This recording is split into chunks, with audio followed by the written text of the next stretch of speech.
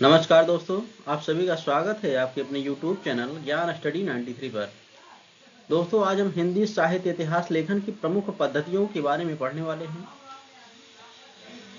हिंदी साहित्य इतिहास की दृष्टि से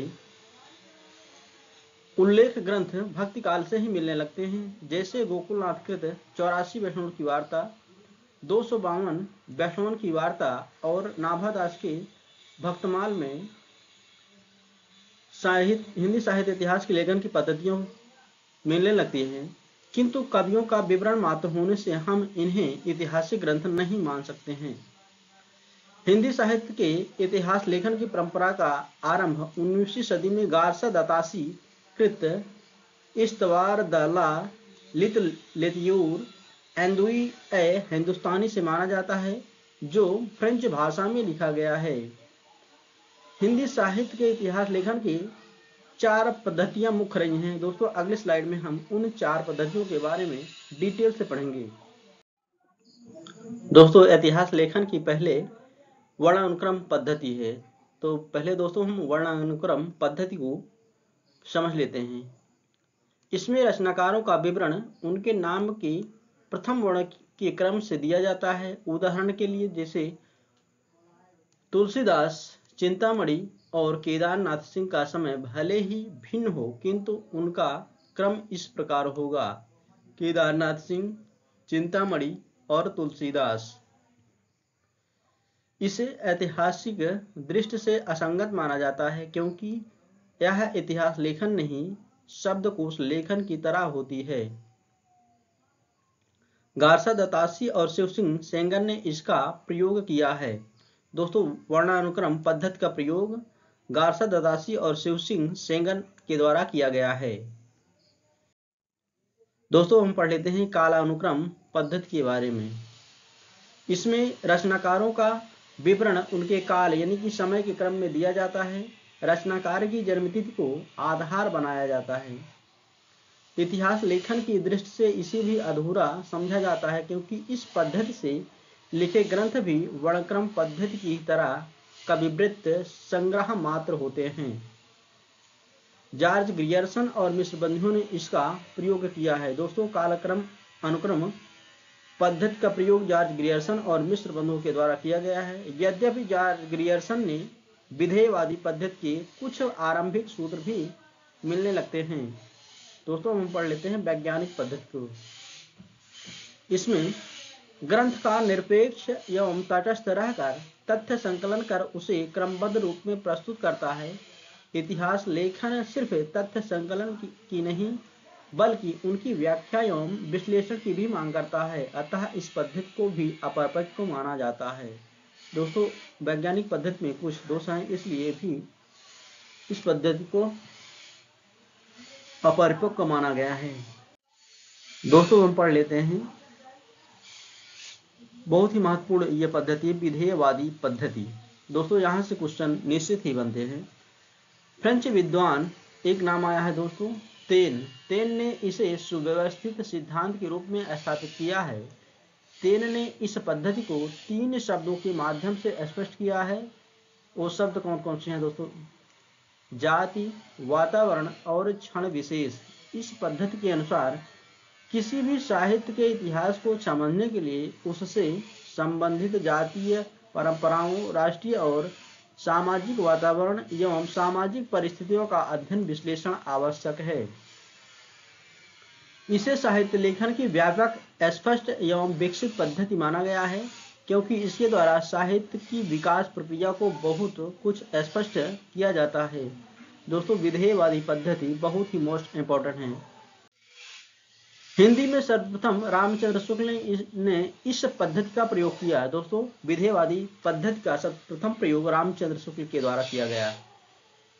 उनके बाद राम स्वरूप चतुर्वेदी, बच्चन सिंह आदि प्रख्यात साहित्यकारों ने इस पद्धति को आगे बढ़ाया। यह तथ्य उनके निम्नलिखित उद्धरणों से स्पष्ट होता है। दोस्तों, रामचंद्र शुक्ल के कुछ कथन हैं। प्रत्येक देश का साहित्य वहां की जनता के चित्तवृत्तियों का संचित प्रतिबिंब होता है। आदि से अंत तक इन्हीं चित्तवृत्तियों की परंपरा को परखते हुए साहित्य परंपरा के साथ उनका सामंजस्य बिठाना ही साहित्य कहलाता है। दोस्तों, यह कथन विधेयवादी पद्धति के बारे में रामचंद्र शुक्ल के द्वारा कहा गया है। रामस्वरूप चतुर्वेदी, दोस्तों इनके द्वारा विधेयवादी पद्धति के बारे में कथन है, कवि का काम यदि दुनिया में ईश्वर के काम को न्यायोचित ठहराना है तो साहित्य के इतिहासकार का काम है कवि के कामों को साहित्य इतिहास की विकास प्रक्रिया को न्यायोचित दिखा सकना। नलिन बिलोचन शर्मा, हिंदी के विधेयवादी साहित्य इतिहास के आदम प्रवर्तक शुक्ल जी नहीं प्रत्युत ग्रियर्सन हैं। दोस्तों, यह कथन है विधेयवादी पद्धति के बारे में नलिन बिलोचन शर्मा का। दोस्तों, हम देख लेते हैं कि हिंदी साहित्य इतिहास लेखन से किस प्रकार प्रश्न पूछे जाते हैं। आपके सामने पहला प्रश्न है, साहित्य इतिहास का वर्ण अनुक्रम पद्धति का प्रयोग किस इतिहासकार ने पहली बार किया है। आपके विकल्प हैं रामचंद्र शुक्ल ने, गार्सा दत्तासी ने, जॉर्ज ग्रियर्सन ने, या फिर उपर्युक्त में से एक से अधिक, या उपर्युक्त में से कोई नहीं। इसका सही विकल्प हो जाएगा विकल्प ख, गार्सा दत्तासी ने वर्ण अनुक्रम पद्धति का प्रथम प्रयोग किया था। हिंदी में साहित्य इतिहास लेखन की सर्वाधिक लोकप्रिय पद्धति कौन सी रही है। आपके विकल्प हैं वर्ण अनुक्रम पद्धति, कालानुक्रम पद्धति, विधेयवादी पद्धति, या फिर उपर्युक्त में से एक से अधिक, या फिर उपर्युक्त में से कोई नहीं। इसका सही विकल्प हो जाएगा विकल्प का ग, विधेयवादी पद्धति। किसी भी साहित्य के इतिहास को समझने के लिए उससे संबंधित जातीय परंपराओं, राष्ट्रीय और सामाजिक वातावरण एवं सामाजिक परिस्थितियों का अध्ययन विश्लेषण आवश्यक है। यह कथन किस पद्धति के संदर्भ में कहा गया है। आपके विकल्प हैं विधेयवादी पद्धति के बारे में, कालानुक्रम पद्धति के बारे में, या फिर वैज्ञानिक पद्धति के बारे में, उपर्युक्त में से एक से अधिक, या फिर उपर्युक्त में से कोई नहीं। इसका सही विकल्प हो जाएगा विकल्प का विधेयवादी पद्धति के बारे में उपर्युक्त कथन कहा गया है। हिंदी के विधेयवादी साहित्य इतिहास के आदम प्रवर्तक शुक्ल जी नहीं प्रत्युत ग्रियर्सन हैं। यह कथन किसका है। आपके विकल्प हैं गणपति चंद्रगुप्त, नलिन बिलोचन शर्मा, डॉक्टर नगेंद्र, उपर्युक्त में से एक से अधिक, या फिर उपर्युक्त में से कोई नहीं। इसका सही विकल्प हो जाएगा विकल्प ख, नलिन बिलोचन शर्मा का उपर्युक्त कथन है। चित्तवृत्तियों की परंपरा को परखते हुए साहित्य परंपरा के साथ उसका सामंजस्य बिठाना ही साहित्य कहलाता है। यह विचार किस विद्वान का है। आपके विकल्प हैं रामचंद्र शुक्ल का, हजारी प्रसाद द्विवेदी का, राम कुमार वर्मा का, उपर्युक्त में से एक से अधिक, या फिर उपर्युक्त में से कोई नहीं। इसका सही विकल्प हो जाएगा विकल्प का रामचंद्र शुक्ल का। हिंदी साहित्य के इतिहास लेखन की मुख्यतः कितनी पद्धतियां हैं।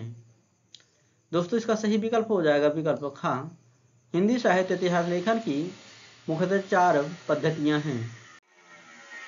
कवि का काम यदि दुनिया के ईश्वर के काम को न्यायोचित ठहराना है तो साहित्य के इतिहासकार का काम है कवि के कामों को साहित्य इतिहास की विकास प्रक्रिया में न्यायोचित दिखा सकना।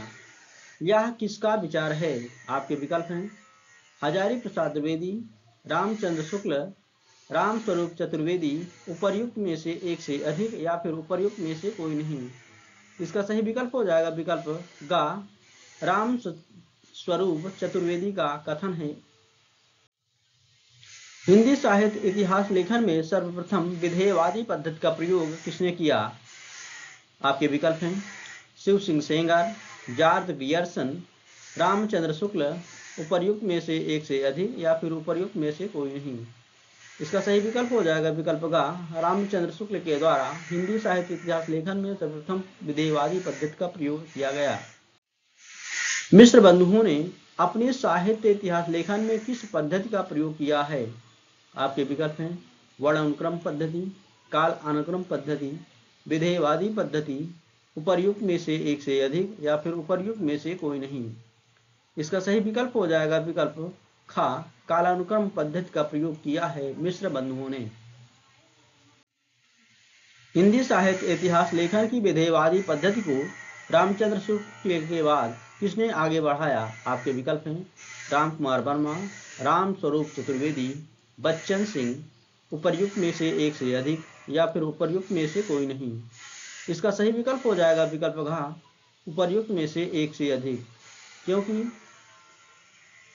रामचंद्र शुक्ल के बाद विधेयवादी पद्धति को रामस्वरूप चतुर्वेदी और बच्चन सिंह के द्वारा बढ़ाया गया था।